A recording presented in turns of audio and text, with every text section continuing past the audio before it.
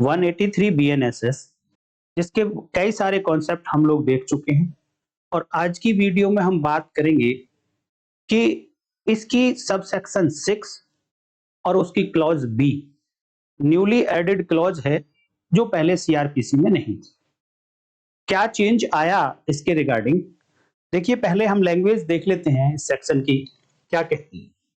Clause B of subsection 6 ये कहता है a statement recorded under clause A of a person, किसी person का clause A of subsection 6 of section 183 BNSS जो statement record किया गया। पीछे वाली वीडियोस में मैंने बताया है कि सब सेक्शन 6 में जो ऑफेंसेस हैं उनको मैंने दो कैटेगरी में बांट दिया था, कैटेगरी 1 एंड कैटेगरी 2। तो कैटेगरी 1 में थे ऑफेंसेस बीएनएस के, भारतीय न्याय संहिता के सेक्शन 64 से लेकर जाते हैं पहले 71 तक और फिर 74 से शुरू होकर जाते हैं 79 बीएनएस तक और एक सेक्शन है 124 बीएनएस। कहा गया है कि ये ऑफेंसेस जिस पर्सन के अगेंस्ट हुए हैं उस पर्सन का स्टेटमेंट रिकॉर्ड करेंगे मजिस्ट्रेट साहब। दूसरी कैटेगरी थी जो इम्प्रिजनमेंट के आधार पर डिसाइड हुई है, सजा कितनी है ऑफेंस को उसके आधार पर डिसाइड हुई और उसको तीन पार्ट में बांटा। पहला पार्ट है कि अगर ऑफेंस ऐसा है कि जिसमें इम्प्रिजनमेंट सजा 10 साल या 10 साल से ज्यादा की है। दूसरा पार्ट है कि सजा अगर लाइफ इम्प्रिजनमेंट है और तीसरा पार्ट है कि उसमें सजा डेथ पेनल्टी है, मृत्यु दंड है। तो ऐसे केस में किसी विटनेस का स्टेटमेंट 183 बीएनएसएस होना है तो उसको मजिस्ट्रेट साहब रिकॉर्ड करेंगे केवल और केवल जब पुलिस ऑफिसर प्रोड्यूस करेगा ऐसे विटनेस को। ये जो अभी इम्प्रिजनमेंट के आधार पर कैटेगराइजेशन किया ये सबसेक्शन 6 क्लॉज ए के प्रोवाइजो 2 में बताया गया। अब प्रोवाइजो 3 एंड प्रोवाइजो 4 ये दोनों बात करते हैं कि अगर ये विटनेस जिसका स्टेटमेंट इस तरीके से रिकॉर्ड होना है वो विटनेस अगर डिसेबल है, दिव्यांग है, योग्य नहीं है, किस बात के लिए? स्टेटमेंट प्रॉपर तरीके से देने के लिए। अब वो डिसेबिलिटी कैसी हो सकती है? टेम्परेरी हो सकती है या परमानेंट हो सकती है। दूसरा कैटेगराइजेशन कि वो मेंटली तौर पर डिसेबल हो सकता है और फिजिकली तौर पर डिसेबल हो सकता है, शारीरिक तौर पर डिसेबल हो सकता है या मानसिक तौर पर दिव्यांग हो सकता है। तो ऐसे पर्सन का स्टेटमेंट रिकॉर्ड करने के लिए मजिस्ट्रेट साहब इंटरप्रेटर या स्पेशल एजुकेटर की हेल्प लेंगे। ये बात बताई गई प्रोवाइजो नंबर 3 में। प्रोवाइजो नंबर 4 में यह कहा गया कि अगर विटनेस का स्टेटमेंट, जो विटनेस टेम्परेरी या परमानेंटली फिजिकली या मेंटली डिसेबल है, उसका स्टेटमेंट अगर इंटरप्रेटर या स्पेशल एजुकेटर की असिस्टेंस से रिकॉर्ड किया जा रहा है तो मजिस्ट्रेट साहब ऐसी रिकॉर्डिंग की वीडियो भी तैयार करेंगे, वीडियोग्राफी भी कराएंगे। अब जो क्लॉज बी है वो इसी से रिलेटेड है, statement recorded under section clause A of a person. इसमें तो सारे पर्सन आ गए बट इस पर्सन को आगे क्लॉज बी में एक्सप्लेन किया कौन सा पर्सन, हु इज टेम्परेरीली और परमानेंटली मेंटली और फिजिकली डिसेबल्ड। यहां जो पर्सन है क्लॉज बी में केवल और केवल डिसेबल्ड पर्सन होना चाहिए, मेंटली या फिजिकली, टेम्परेरीली या परमानेंट। फिर बोला कि statement recorded under clause A of the person shall be considered, यहां से देखिए बात, shall be considered a statement in lieu of examination in chief। ये क्लॉज नई ऐड करी गई है बीएनएसएस में, सीआरपीसी में नहीं थी और यहां पे ये कह दिया गया कि ये जो स्टेटमेंट रिकॉर्ड हुआ है डिसेबल्ड पर्सन का वो कंसीडर किया जाएगा ऐसे कि जैसे उस पर्सन का ये चीफ एग्जामिनेशन है। और चीफ एग्जामिनेशन कौन सा?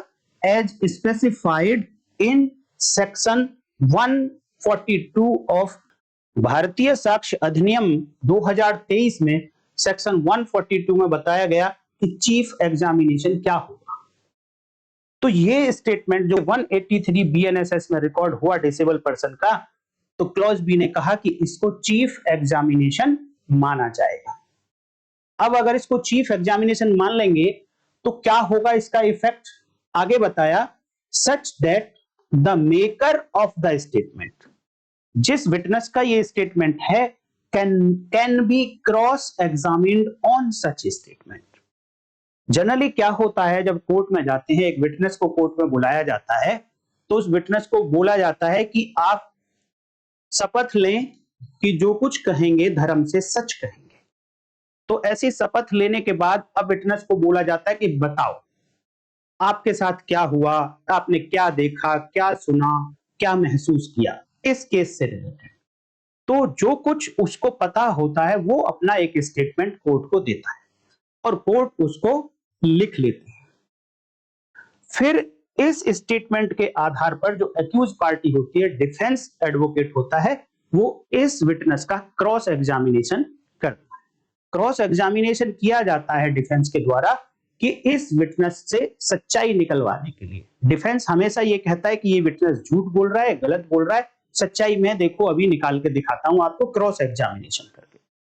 तो वो जो पहला पार्ट था कि कोर्ट के सामने आएगा, अपनी गवाही देगा, कोर्ट उसको रिकॉर्ड करेंगे, ये पार्ट हटा दिया गया और कहा गया कि जो स्टेटमेंट मजिस्ट्रेट साहब के सामने रिकॉर्ड हुआ था 183 BNSS में, उसी स्टेटमेंट को मान लिया जाएगा कि वो एग्जामिनेशन इन चीफ है और उसी से आगे उसी एग्जामिनेशन इन चीफ पर ऐसे विटनेस का क्रॉस एग्जामिनेशन शुरू कर दिया जाएगा।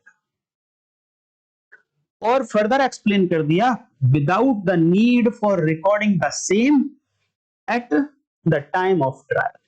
दोबारा से चीफ एग्जामिनेशन ट्रायल के टाइम पे उस पर्सन का नहीं कराया जाएगा। यहां से बात तो आपको समझ में आ गई होगी, लेकिन अब देखिए इसका असर कितना बड़ा पड़ता है। अगर मान लो ये पर्सन डिसेबल नहीं होता तो इसका स्टेटमेंट दोबारा से कोर्ट में होता, चीफ एग्जामिनेशन कोर्ट में रिकॉर्ड किया जाता और वहां पर संभावना होती है कि जो स्टेटमेंट विटनेस ने मजिस्ट्रेट साहब को दिया during the course of investigation, उस स्टेटमेंट से पलट सकता है कोर्ट में जब वो अपना स्टेटमेंट दे रहा हो ट्रायल के दौरान। अब अगर वो अपने स्टेटमेंट से पलट गया तो उसके स्टेटमेंट की वैल्यू जो कोर्ट में दे रहा है उसकी भी, और जो मजिस्ट्रेट साहब को पहले दिया था during the course of investigation उसकी प्रोबेटिव वैल्यू उसकी कम हो जाती है। लेकिन यहां क्या हुआ कि वो मौका ही नहीं बचा अब विटनेस के पास कि अब वो जब कोर्ट में अपना स्टेटमेंट दे और अपनी पहली कही हुई बात से पलट जाए, वो अब मौका ही नहीं है क्योंकि उसका चीफ एग्जामिनेशन अब होना ही नहीं है। तो ये प्रोविजन डालने से दो फायदे हुए, एक तो वो जो डिसेबल पर्सन है उसकी प्रॉब्लम बची, उसको बार बार कोर्ट में स्टेटमेंट देने के लिए नहीं आना पड़ेगा, एक ही बार आना है क्रॉस एग्जामिनेशन के लिए। और दूसरा एक फायदा हुआ प्रोसिक्यूशन को कि वो हॉस्टाइल नहीं हो पाएगा, विटनेस अपने पहले स्टेटमेंट से रिजाइल नहीं कर पाएगा, मौका ही नहीं बचा उसके पास, तो रिजाइल कैसे करेगा। तो ये था clause B of subsection of section 183 BNSS। अगली वीडियो में हम बात करेंगे कि जो स्टेटमेंट इस सेक्शन में रिकॉर्ड हुए उनकी एविडेंसरी वैल्यू कितनी होगी, क्या वो सब्सटैंटिव पीस ऑफ एविडेंस होंगे, क्या उनके आधार पर एक्यूज को सजा दी जा सकती है। इस तरीके की बातें विद केस लॉ हम नेक्स्ट वीडियो में देखेंगे। अगली वीडियो में फिर मिलेंगे, तब तक के लिए नमस्कार, जय हिंद।